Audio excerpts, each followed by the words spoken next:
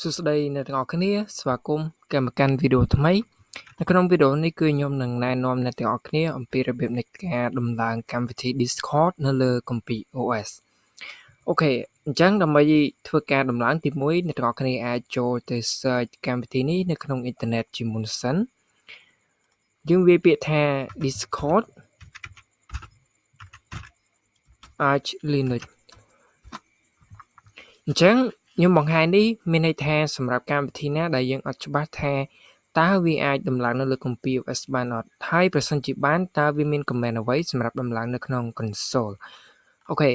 អញ្ចឹងយើងមើលមកកាន់ website archlinux.org នេះគឺការ install Discord របស់យើងគឺយើងគ្រាន់តែវាឈ្មោះ Discord ហ្នឹងតែប៉ុណ្ណឹងគឺរួចរាល់ជាការស្រេចអញ្ចឹងប្រសិនបើកម្មវិធីផ្សេងៗអ្នកទាំងអស់គ្នាច្បាស់ជាមួយនឹងឈ្មោះរបស់វា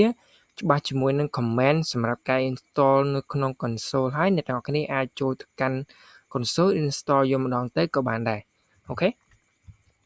ឡូវយើងចូលទៅកាន់ console ទាំងអស់គ្នាយើងវាយពាក្យថា pi ដកសញ្ញាដក s ធំហើយយើងធ្វើការបញ្ចូលនៅឈ្មោះកម្មវិធី Discord ដើម្បីនេះអូខេបន្ទាប់មកយើង press ទៅលើប៊ូតុង enter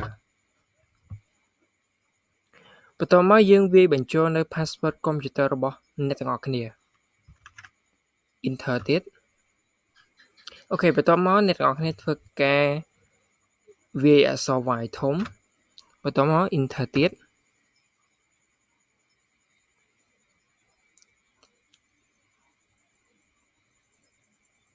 អូខេអញ្ចឹងការ install កម្មវិធី Discord របស់យើងគឺទទួលបានជោគជ័យអរគុណអ្នកទាំងអស់គ្នាសម្រាប់ការតាមដានវីដេអូមួយនេះប្រសិនបើអ្នកទាំងអស់គ្នាមានចម្ងល់ផ្សេងៗ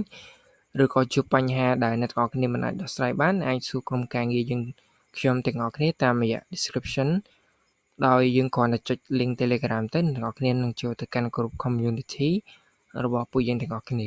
អរគុណអ្នកទាំងអស់គ្នា